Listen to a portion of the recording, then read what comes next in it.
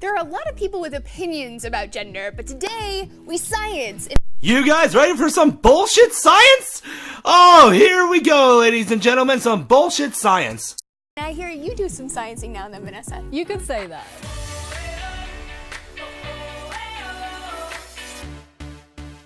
I may be an angel just learning about human waste, but even I can tell that this is clearly targeted toward a dumb demographic of teens. Hey everyone, Laci here with Vanessa Hill of PBS's Braincraft! Wow, I've never fucking heard of you. I wonder why!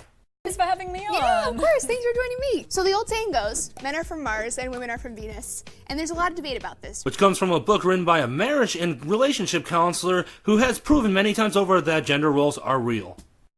Right? Is there such a thing as a female brain or a male brain? Well, Yeah, third-wave feminists who support LGBT and transgender rights. Is there such thing as a female brain and a male brain? it's difficult to categorize a brain as either male or female. So let's say you cut a brain open and you look at two parts, you wouldn't be able to say if it was male or female. Nothing to do with gender whatsoever. Both sides would be male if you were born a male. Even from a transgender or gender-neutral person. Neither transgender nor gender-neutral or genders in and of themselves. There's a small difference in one of our areas of the brain, the corpus callosum. It connects your two hemispheres. And Of whose function also has nothing to do with gender at all. it's slightly bigger in women, but we can't really infer anything on how your brain functions from that. So why in the hell are you bringing it up? So if there's no such thing as a female or a male brain then, what's going on with differences that we see in people's behavior? You haven't proved that there's no such thing as a male brain or a female brain. All you've proven is that the corpus callosum has nothing to do with gender, never will, so it's completely irrelevant in your argument. But what I expect from a third-wave feminist. So the differences we see in people's behavior are mostly a result of our environment and not our biology. And your sources? Here we go. Did you even read it through?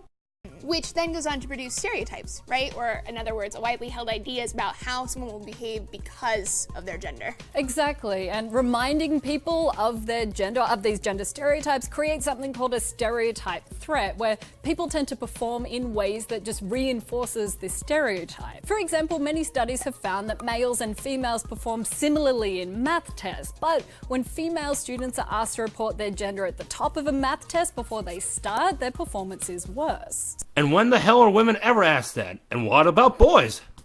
So basically, just like the math stuff, we're seeing how people's gender-based attitudes are creating real-world differences in girls' performance, but also their interests and their behaviors too, right? Because there are no examples ever of boys being discriminated against in academics. Oh, that's right. Yeah, there's that.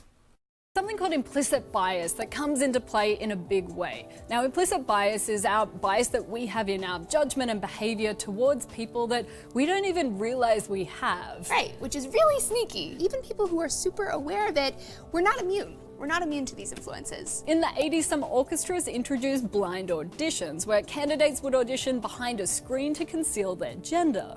Following this, the number of female musicians in the top 5 orchestras in the United States jumped by 20%. Oh my god. That sounds like bullshit. And it's not just a gender thing either. This spans across various social groups as well. Yeah, it does. And there's actually studies that have looked into tipping in restaurants. And in a lot of them, they found that both black and white customers in restaurants tip white servers more than black servers, even when people rated that they were happier with the black servers' work. The wage gap is like your go-to straw man.